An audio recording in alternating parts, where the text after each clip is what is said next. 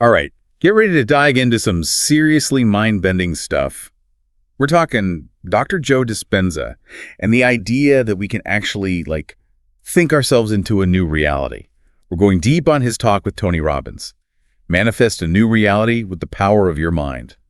I think what really grabs people about Dispenza is how he takes this concept of manifestation, which has been around forever, and ties it to, real science. He's not just saying good vibes only. He's talking about rewiring our brains, and get this, maybe even impacting our genes. Hold on, genes. Is he saying we can just change our DNA by thinking? No, that's something I got to wrap my head around because, honestly, genetics always seemed, I don't know, kind of set in stone to me. It's not really about, consciously controlling your genes like they're on a switchboard. It's more about understanding the power our thoughts and emotions have.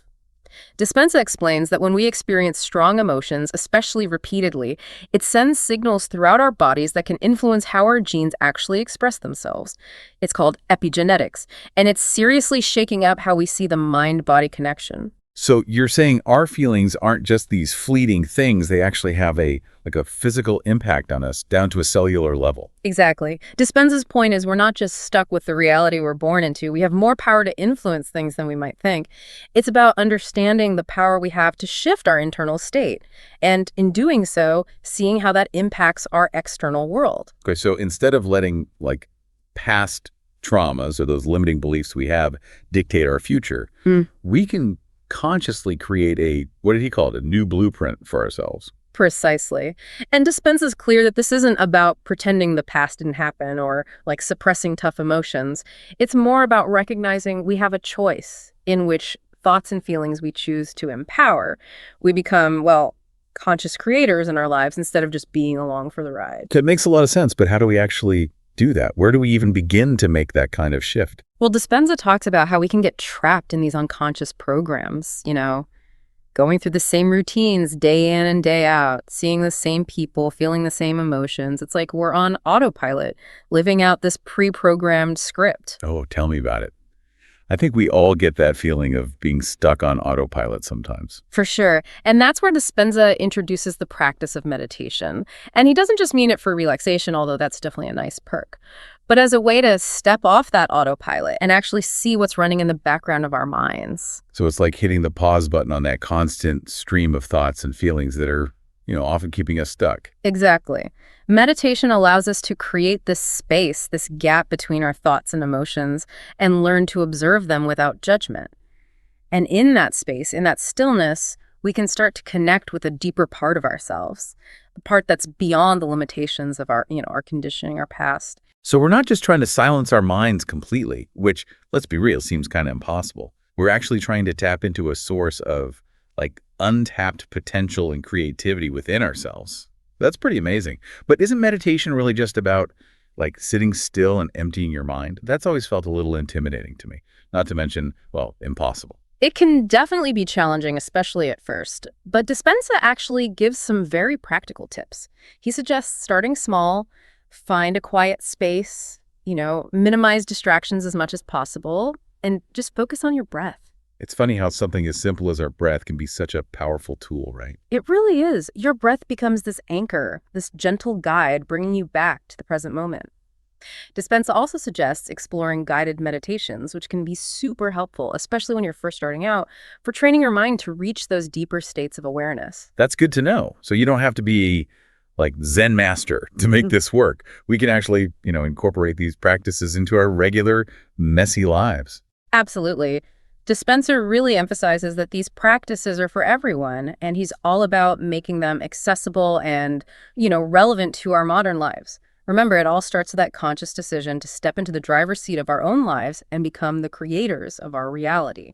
And speaking of creation, I remember Dispenza talking about our energy actually having an effect on things outside of ourselves.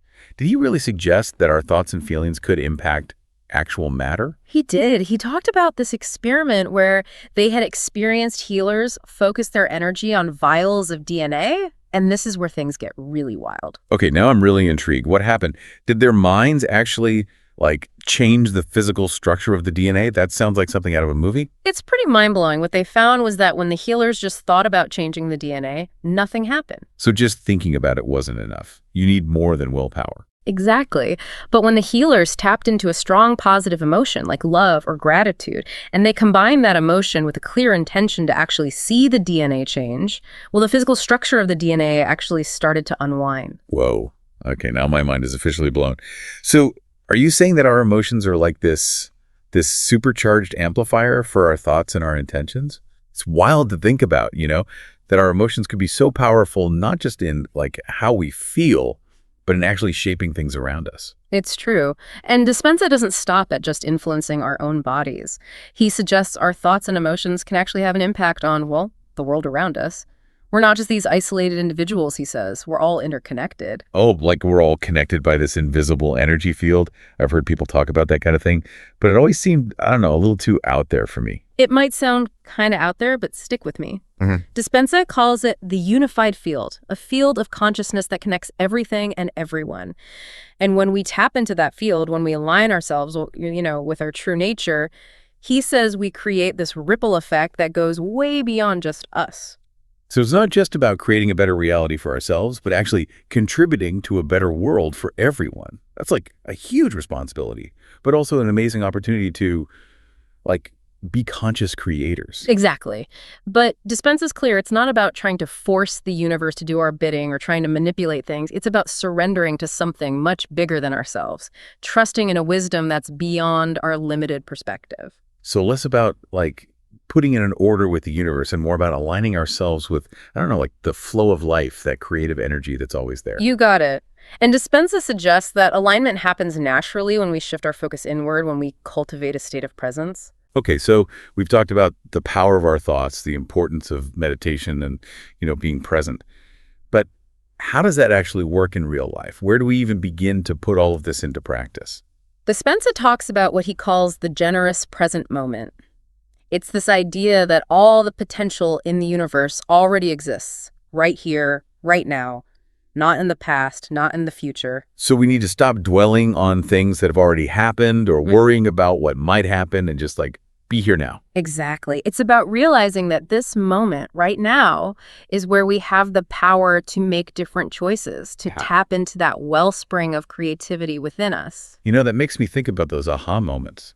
Like when you're not even trying to solve a problem, Yeah. Maybe you're out for a walk or in the shower and suddenly the answer just comes to you. Exactly. And that's because you've stepped out of that analytical mind, that constant loop of thoughts, and connected with a deeper source of wisdom. So it's about learning to trust that inner voice, that intuition, that often knows a lot more than we give it credit for. But that's easier said than done, right? I mean, it's so easy to get stuck in our heads, overthinking everything. It is. Our minds are, they're wired to analyze, plan, control. But sometimes the biggest breakthroughs happen when we can let go of that need for control and, kind of surrender to the unknown. That makes sense. But letting go of control can also be terrifying, right? I mean, we're programmed to want to know what's coming next. Like it's hardwired into us to avoid uncertainty. Absolutely. But think about it this way. When we let go of needing to know exactly how it's all going to work out, we open ourselves up to possibilities we could never have imagined. We allow the universe to, to orchestrate in ways our little minds never could. Okay, yeah. That's a cool way to look at it. It's like we're saying to the universe, I trust you, show me the magic. But what about when we're stressed out? If we're like constantly anxious, are we sending mixed signals to the universe? It's important to remember stress is a natural physiological response. It's how our bodies learn to deal with threats, Our bodies release these hormones that are supposed to help us fight, flee, or freeze. So like that feeling of panic we get when we have a deadline looming or we're about to have a difficult conversation, that's our body trying to protect us. In a way, yeah. The problem is our bodies don't always know the difference between a real physical threat, like a tiger chasing us, and a perceived threat, like, say, a stressful email. Oh, for sure. So our bodies are stuck in overdrive, constantly dealing with all these perceived threats, even if they're not, actually life or death situations. Yeah. No wonder we feel so burnt out all the time. Exactly. And all those stress hormones, as helpful as they can be in small doses, can really do a number on our bodies and our minds when they're constantly flowing. It's like that saying, stress is a survival mechanism for a world that no longer exists. But knowing that doesn't make it any easier to manage in our day-to-day lives. It doesn't, which is why Dispenza really emphasizes the importance of, shifting our energy, raising our vibration. When we can calm our nervous systems down, we become more aligned with that field of infinite possibilities he talks about. So we got to find a way to tell our bodies we're not actually being chased by a tiger 24/7. But how do we actually do that? Especially with, how crazy and demanding our lives can be. That's where meditation comes back in. Dispenza stresses that it's not just about relaxation, although that's a great side effect. It's about training our minds to be aware of those thoughts and emotions that are running the show, to step out of that autopilot mode and create a space of intention. So we're essentially hitting the pause button on that constant stream of thoughts and emotions that are a lot of times, keeping us stuck in those old patterns. Exactly. Meditation allows us to simply observe those thoughts and emotions without judgment. And in that space, that stillness, we can connect with a deeper part of ourselves, that part that's beyond the limitations of our past conditioning. So we're tapping into that state of pure potential that Dispenza talks about, where we're not bound by the limitations of our past or those limiting beliefs we've been carrying around. That's it. And that, as you can imagine, can be an incredibly powerful space for transformation. So we're basically like rewiring our brains by meditating, creating new pathways in our minds that are, aligned with the reality we want to experience. Yeah, you could put it that way. It's almost like we're aware of the programs running in the background of our minds and choosing to swap out the old limiting ones for new ones that, empower us. Got it. It's all making a lot more sense now. But let's be real. Most of us don't just magically transform overnight, right? There's usually some bumps on the road. Definitely. And Dispenza talks about this, about the importance of stepping into the unknown. He uses this metaphor of crossing a river. Okay. He says, imagine on one side of this river is your current reality, and then on the other side is, that life you dream of living. I like that analogy. Makes total sense. We all want to get to that other side. Right, exactly. But here's the thing. Dispenza points out that the minute you decide to, take that first step into the river to really make a change, your body, all that old conditioning, it might resist. Because even if we're not happy where we're at, it's familiar, right? Change is scary. It is. It really is. And so Dispenza says you might hear these voices pop up trying to pull you back, telling you you're not good enough, that it's too hard. It's like they want to keep us small, keep us playing it safe, even if it means we never go after those big dreams. Exactly. He calls it the death of the old self, like all that discomfort that comes with letting go of what we're used to, even if it wasn't working for us. So how do we deal with that? Those voices, the fear, the self-doubt, how do we get past that? Dispenza says it takes courage. It's about, hearing those voices, acknowledging those fears, but not letting them control us. It's about being bigger than our doubts and taking that step into the unknown anyway. Easier said than done, though, right? It sounds like real transformation means getting comfortable with being a little uncomfortable. It does. He compares it to a caterpillar transforming into a butterfly. We're all capable of incredible transformation, but it means surrendering to the process, messy as it might be. Wow, that's a powerful image.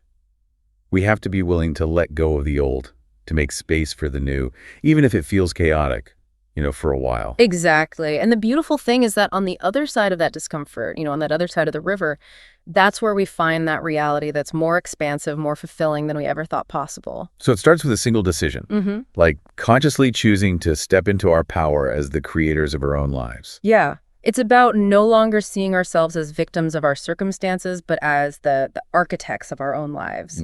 And that single act of courage, that's what sets everything in motion. It transforms not just our reality, but it has a ripple effect outward. It's true. We're not just these isolated drops in the ocean. We are the ocean. And when we change our inner world, our outer world reflects that change. So for those listening who are feeling ready to step into that power, to create a life that's really aligned with their heart's desires, what would you say is the most important thing to remember? Dispenza leaves us with this really powerful reminder. He says, focus on the feeling. Ask yourself, what would it feel like to already be living that dream? And then embody that feeling now. Let it be your guide. Not just think it, but really feel it.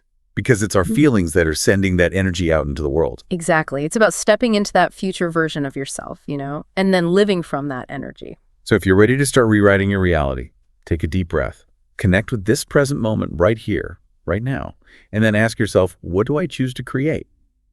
The universe is listening. And as Dispenza reminds us, the universe loves to say yes.